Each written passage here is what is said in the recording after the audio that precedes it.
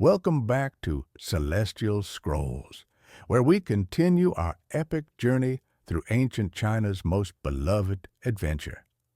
Today, we delve into Chapter 21 of Journey to the West, the Valley of Mist and Shadow, where our four pilgrims face their deepest fears and hidden truths.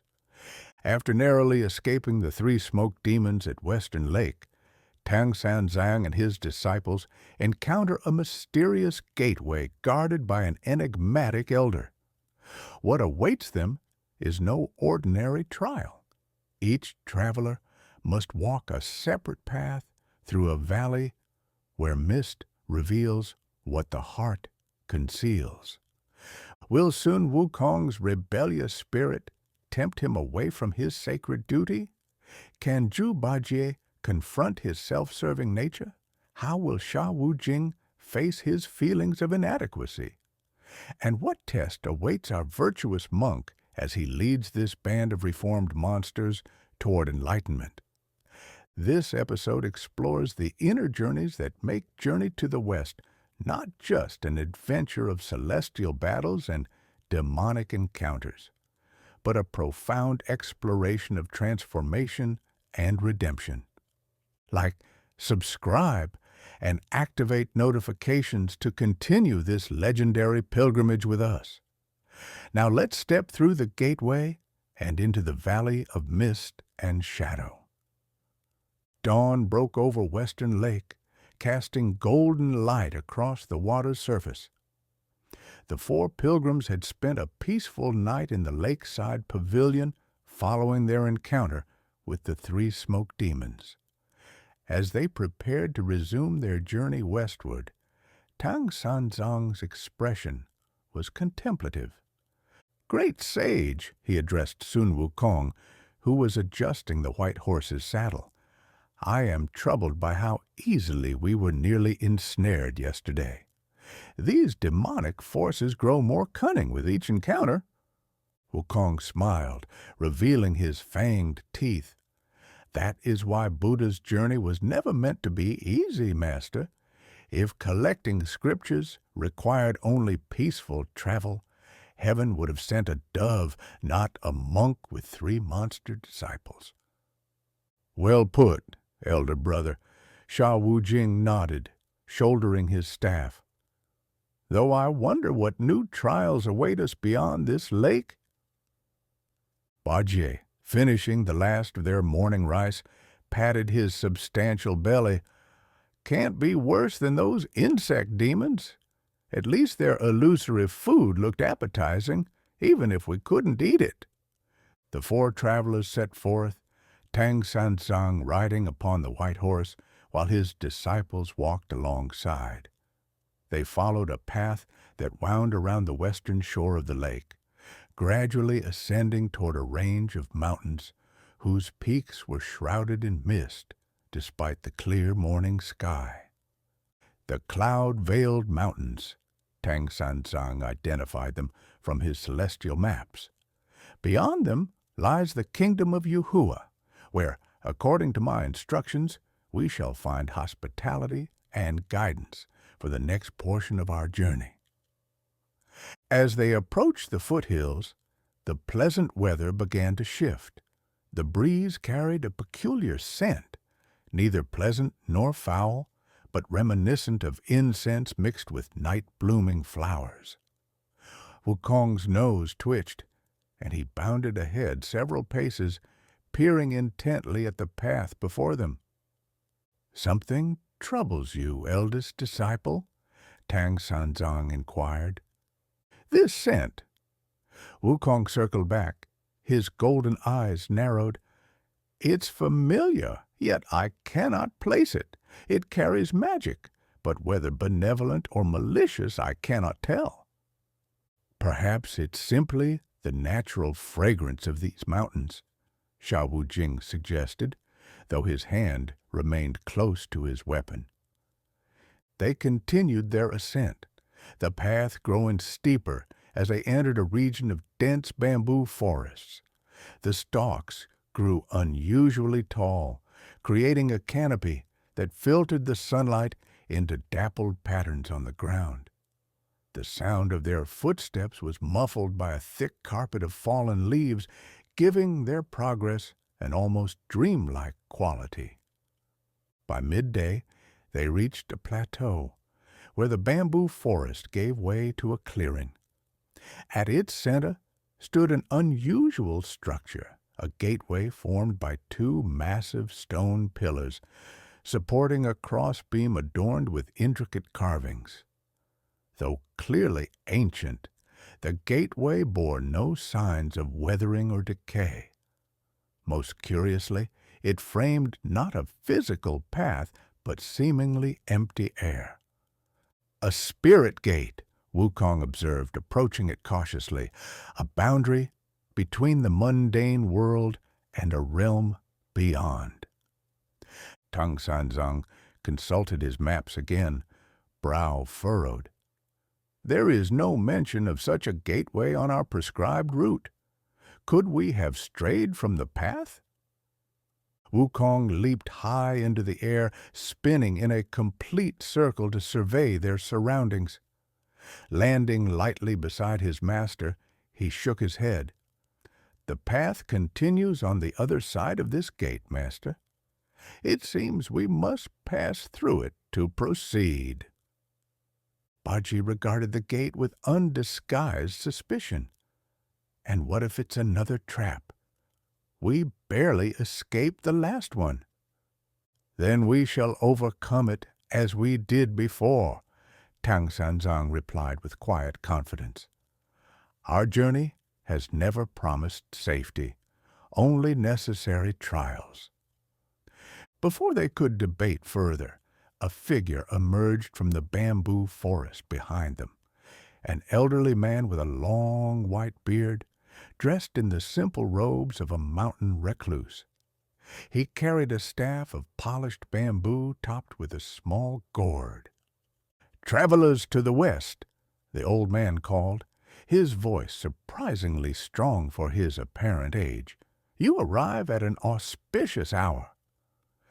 Wukong immediately positioned himself between the stranger and Tang Sanzang, his eyes scrutinizing the old man for any signs of disguise or demonic essence.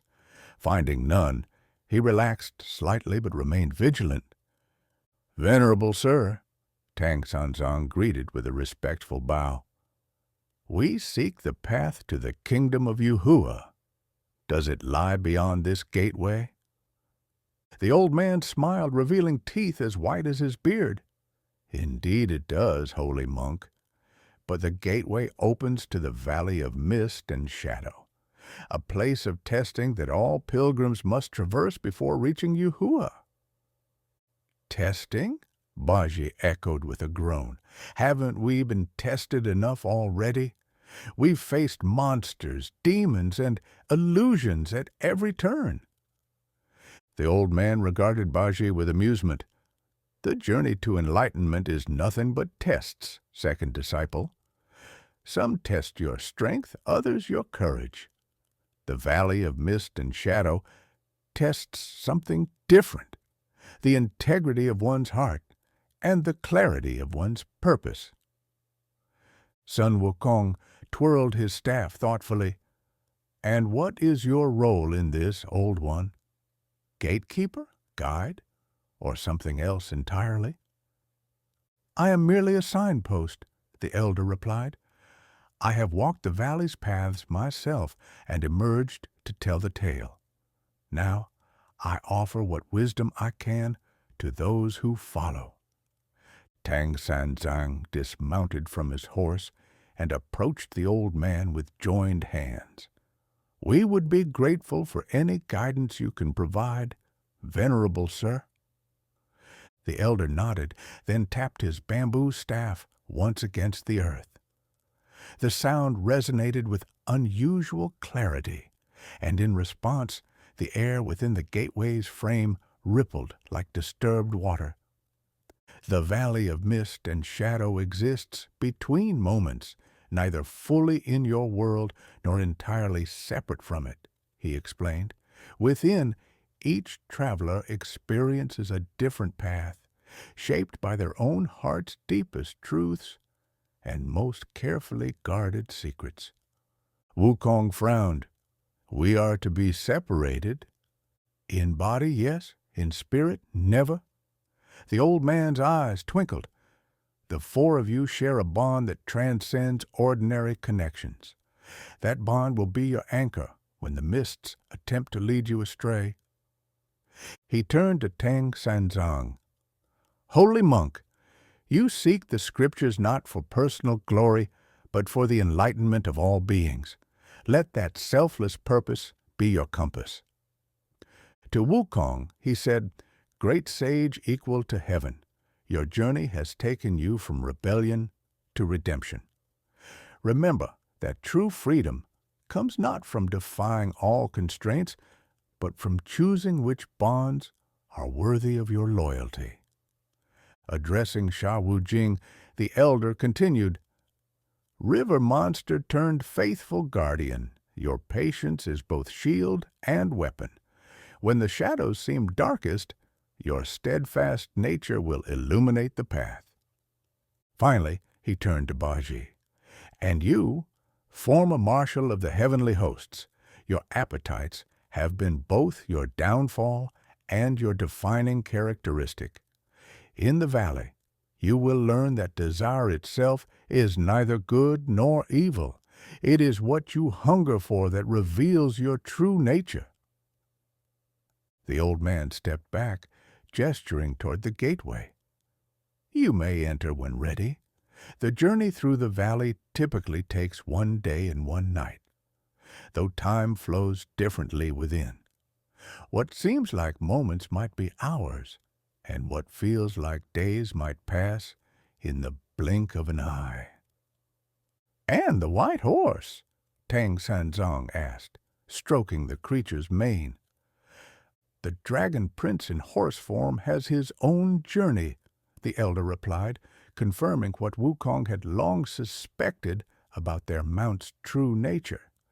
He will find his own path through the valley and rejoin you on the other side. As if understanding, the white horse nickered softly and nudged Tang Sanzang's shoulder before trotting toward the gateway. Upon reaching the threshold, the horse's form shimmered briefly, revealing the outline of a young dragon, before passing through and vanishing into the rippling air. Well, Bajie sighed, at least the horse doesn't seem frightened. Tang Sanzang thanked the elder and approached the gateway with measured steps. Disciples, we shall proceed with caution, but without fear.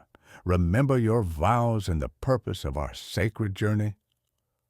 With those words, the monk stepped through the gateway and disappeared into the rippling air. Wukong followed immediately after, unwilling to be separated from his master for even a moment.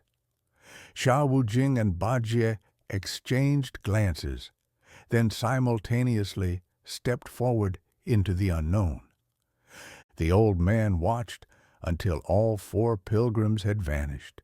His form then blurred, transforming into that of a youthful Taoist immortal with a mischievous smile. Journey well, travelers, he murmured. The valley reveals only what already exists within your hearts. What you find there and what finds you is entirely of your own making. With a flick of his wrist, the immortal conjured a crane of pure white light, mounted it, and soared into the clouds, leaving the empty gateway standing silent in the bamboo clearing. Tang Sanzang found himself alone in a landscape of shifting mist. The ground beneath his feet felt solid enough, but visibility extended barely an arm's length in any direction. The air was neither cold nor warm, and sound seemed muffled, as if absorbed by the surrounding fog.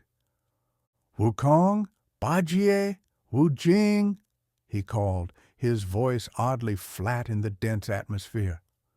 No response came, confirming the elder's warning that they would experience the valley separately.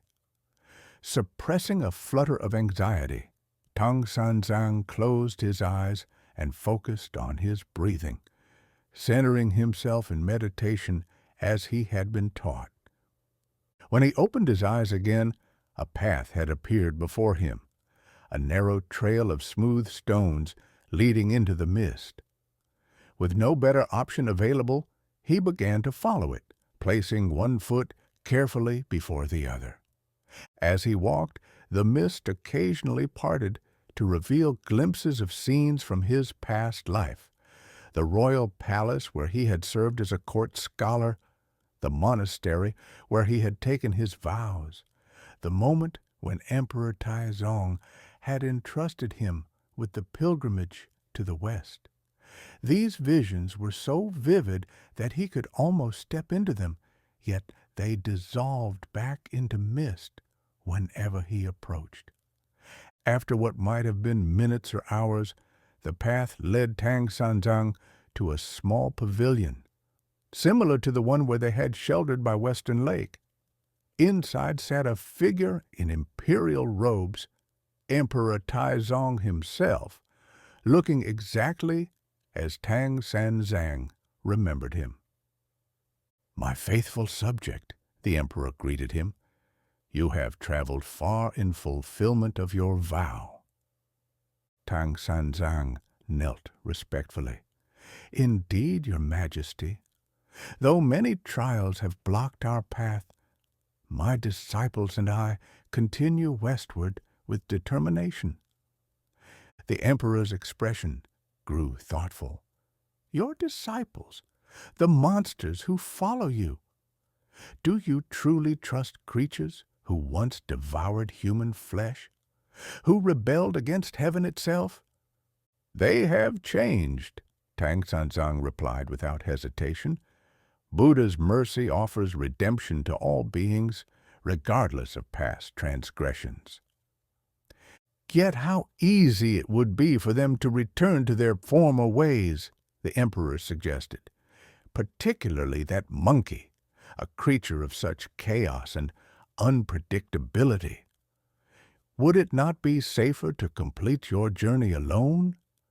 To rely only on yourself rather than these unpredictable companions?" Tang Sanzang felt a strange pressure building behind his eyes, as if the mist itself were trying to seep into his thoughts. With a start, he realized this was not truly Emperor Taizong, but a manifestation of his own doubts. "The journey to enlightenment is never walked alone," he stated firmly. "My disciples' flaws and strengths mirror my own.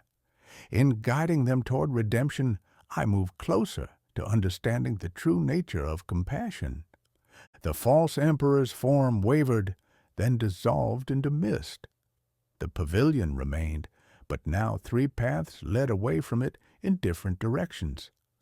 Tang Sanzang understood that he was being asked to choose, to continue alone or to seek his companions. Without hesitation, he stepped onto none of the visible paths, but instead walked directly into the unmarked mist, trusting that his commitment to his disciples would guide him true. Elsewhere in the valley, Sun Wukong found himself in a very different landscape. The mist here was thinner, revealing a vast mountain range that he recognized immediately, the mountain of flowers and fruit, his ancestral home. But unlike the restored kingdom he had recently left in the care of his subjects, this version of the mountain appeared as it had 500 years ago, before his imprisonment under Buddha's palm. The stone palace he had built stood intact, with monkey subjects scurrying about their duties. From a distance, Wukong observed himself, or rather a version of himself, lounging upon his throne, the title, Great Sage Equal to Heaven, freshly won and prominently displayed. "Magnificent, isn't it?" came a voice from beside him. "Everything you built before it was taken from you." Wukong turned to find himself face to face with himself. or rather, a perfect copy, down to the golden eyes and battle-scarred armor. "You're not real," Wukong stated flatly. "A mist phantom, nothing more?" His doppelganger laughed. "I'm as real as you are, the part of you that remembers freedom. Before the headband, before the monk's control, before you became a glorified bodyguard fetching scriptures for ungrateful mortals." Wukong's hand instinctively rose to touch the golden band around his head, the instrument of Buddha's control that tightened painfully whenever he disobeyed Tang Sanzang. "I chose this path of redemption," he insisted. "Did you?" the phantom countered, "or did you simply accept the only alternative to eternal imprisonment? Tell me, when you defeated those smoke demons at Western Lake, did you not feel the old thrill of battle, the joy of unfettered power?" Wukong couldn't deny it. Part of him had indeed relished the confrontation, the challenge of outwitting enemies who thought themselves clever enough to trap him. The phantom pressed its advantage.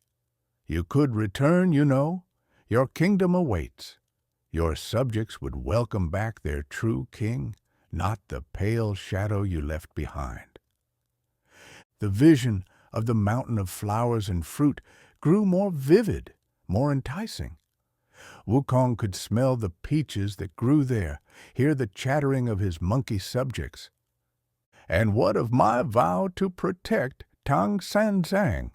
Wukong asked, though he already knew what his double would say. "The monk has his other disciples. The journey is his, not yours. Why should the monkey king, who once challenged all of heaven, play nursemaid to a mortal?" Wukong closed his eyes, sorting through the emotions the phantom evoked. There was truth here. He did sometimes chafe at the constraints of his role, did occasionally long for the unbridled freedom of his past. But when he opened his eyes again, his gaze was clear and determined. "You speak of freedom, but true freedom includes the choice to bind oneself to worthy causes. I chose to protect Tang Sanzang not merely because Buddha commanded it, but because I recognized the value of his quest." He twirled his staff, expanding it to its battle length. "I am the great sage equal to heaven, and I decide where my loyalty lies." With a swift motion, Wukong swept his staff through the phantom, which dissipated like smoke. The vision of his mountain kingdom faded, replaced once more by swirling mist. Through the haze, he thought he could just make out a robed figure in the distance, Tang Sanzang, continuing his journey. With renewed purpose, Wukong bounded forward, following the glimpse of his master. Sha Wujing's experience of the valley differed greatly from his companions. The mist around him was heavy with moisture, reminiscent of the river where he had once dwelled as a monster. He could hear water flowing nearby, though he could not see its source. Following the sound, Wujing soon found himself standing at the edge of a broad river. On the opposite bank stood his former self, the fearsome river monster he had been before his conversion, surrounded by the bones of his victims. "Remember the taste?" his former self called across the water. "The satisfaction of the hunt? The respect born of fear?" Wujing gripped his staff tighter. "I remember the emptiness, the isolation, the knowledge that I had become the very thing I once feared." The monster laughed, the sound gurgling like water over stones. "Yet look at you now, third disciple, always in the shadow of the monkey and the pig. Even your master pays you less mind, at least as a monster. you commanded attention." These words struck a nerve. Wujing had indeed sometimes felt overlooked, his steady reliability generating less notice than Wukong's flamboyant heroics or Bajie's dramatic complaints. "I serve not for recognition," Wujing replied, though doubt colored his tone. "I follow the holy monk because his path leads to enlightenment." "Does it?" his former self challenged. "Or do you follow merely because you have nowhere else to go? No kingdom like the monkey, no heavenly position to reclaim like the pig. Just a river monster with no river to call home." The water between them began to rise, forming a perfect bridge from bank to bank. His monstrous self beckoned. "Return to me. Reclaim your fearsome nature.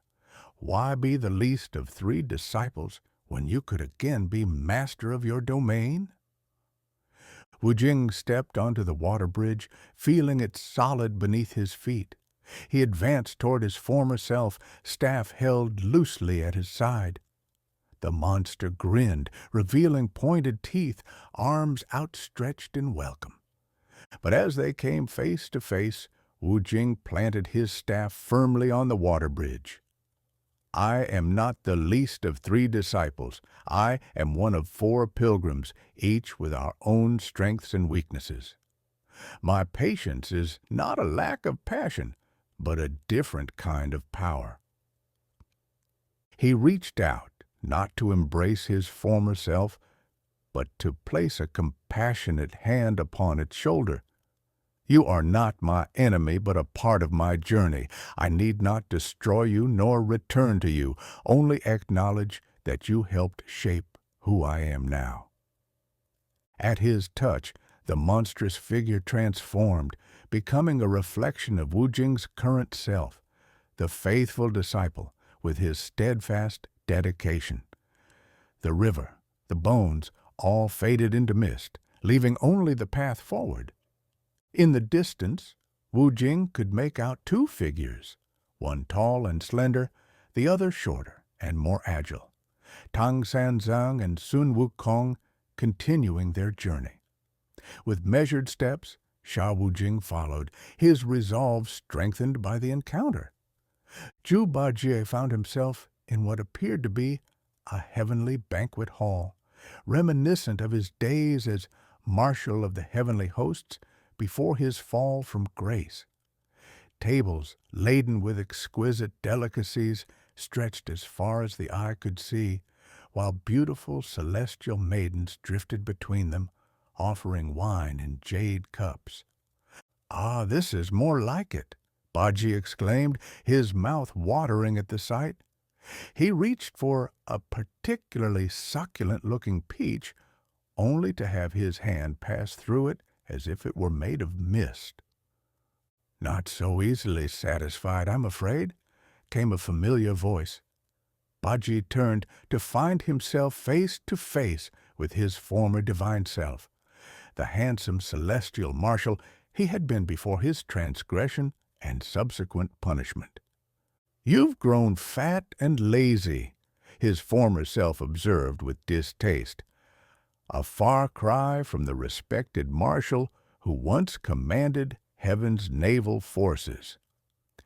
Bajie patted his substantial belly unapologetically. "Comfort has its advantages, and I've found that a life with some indulgences is preferable to the rigid constraints of celestial bureaucracy." His celestial self circled the banquet table, running a hand along its edge. "Yet, look at what you've lost. Position, power, respect, all sacrificed for momentary pleasures, and now you trudge westward with a monk, performing menial labor and fighting demons for someone else's quest." "That's not entirely accurate," Bajie argued. "I followed Tang Sanzang to atone for my mistakes, to earn reincarnation in a better form." "Always the calculation," his former self noted with a knowing smile, "always weighing effort against reward." Tell me, do you truly believe in the monk's quest, or do you merely see it as the path of least resistance back to heaven's graces? The question struck uncomfortably close to the truth. Bajie had indeed joined the pilgrimage primarily for his own benefit, viewing it as his ticket to redemption rather than a genuinely sacred calling. "What does it matter why I began the journey?" Bajie finally replied. "The steps are the same, regardless of motivation." But are they? His divine self gestured, and the illusory banquet transformed into a vision of their travel party. Tang Sanzang leading with serene determination, Wukong vigilantly scanning for dangers, Sha Wujing steadfastly supporting both.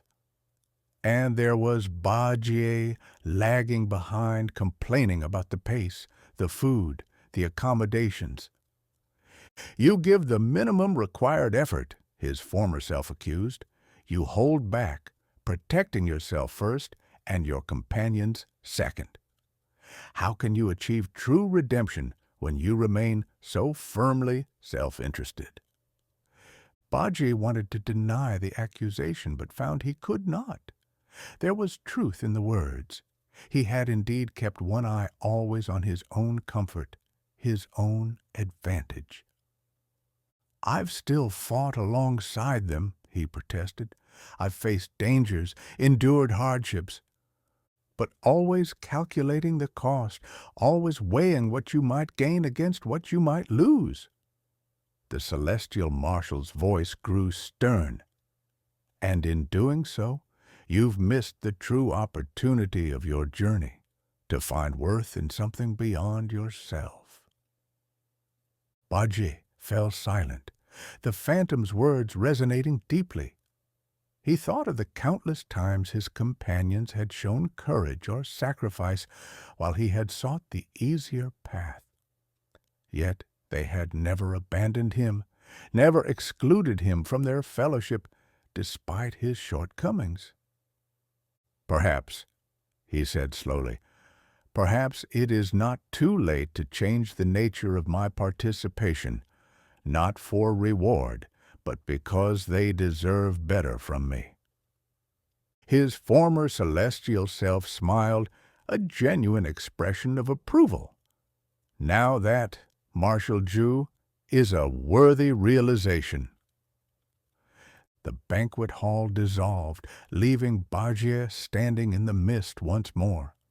Ahead, he could make out the figures of his three companions, continuing their journey westward. For perhaps the first time since joining their quest, Bajie hurried to catch up, not to avoid being left behind, but to walk alongside them as a true equal. At the edge of the valley of mist and shadow, the four pilgrims emerged from the gateway almost simultaneously, though each felt they had traveled for different lengths of time. The white horse awaited them, grazing peacefully on a patch of grass. They found themselves at the border of a fertile kingdom, rice fields stretching toward distant city walls, the landscape dotted with prosperous villages and temples. The air was clear and sweet after the heavy mists of the valley. "The Kingdom of Yuhua," Tang Sanzang identified with relief. "We have passed through the valley successfully." They exchanged glances, each noting subtle changes in the others. No one spoke of their individual experiences within the mist. Some trials were meant to remain private, their lessons personal, rather than shared. Yet there was a new harmony in their interactions, a deeper understanding born of separate journeys that had somehow strengthened their collective bond. "I wonder," Bajie mused as they started toward the distant city, "if that old man truly was merely a signpost as he claimed." Wukong smiled knowingly. "The valley's guardian, more likely. I sensed immortal energy in him, though he concealed it well. Perhaps a minor deity, Sha Wujing suggested, tasked with ensuring that travelers face the trials most needed for their spiritual growth. Tang Sanzang mounted the white horse, his expression serene. Whatever his true nature, he guided us to a necessary experience. The western heaven remains distant, but I believe we are now better prepared for the challenges that await. As they approached the borders of Yuhua, they saw people working in the fields pause to observe their arrival. Word of their coming seemed to spread rapidly, for soon a welcoming party emerged from the nearest village, officials in formal robes accompanied by musicians and banner-bearers. "It seems our reputation precedes us," Wukong remarked, twirling his staff and shrinking it to its travel size. "A welcome change from being attacked on sight," Bajie agreed, straightening his clothes and attempting to look dignified. Sha Wujing merely nodded, his steady presence a counterbalance to his companion's more dramatic reactions. Tang Sanzang addressed his disciples with quiet pride. "Whatever hospitality we receive, let us remember the lessons of the valley.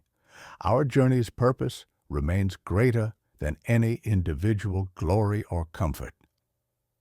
The welcoming procession drew nearer, the music growing louder, the banners snapping in the breeze. Whatever new adventures awaited them in the Kingdom of Yuhua would be the next chapter in their legendary journey to the West, a journey that had already transformed them in ways they were only beginning to understand. And somewhere, watching from a distant cloud, the immortal who had guided them to the valley of mist and shadow nodded with satisfaction before turning his gaze toward heaven, where the fate of the four pilgrims continued to unfold like a scroll in the hands of celestial powers. What mysteries will our heroes encounter in this welcoming kingdom? Will the lessons they learned in the valley strengthen them for the trials ahead? Join us next time for Chapter 22, where Tang Sanzang and his disciples discover that hospitality sometimes hides unexpected dangers. If you enjoyed this tale of self-discovery and spiritual growth, please hit that like button and subscribe to Celestial Scrolls. Your support helps us continue bringing these timeless stories to life. Share your thoughts in the comments below. Which character's journey through the mist resonated with you most? Thank you for traveling with us through the valley of mist and shadow. Until our paths cross again on the road to the western heaven. Take care, fellow pilgrims. See you in the next chapter of our legendary journey.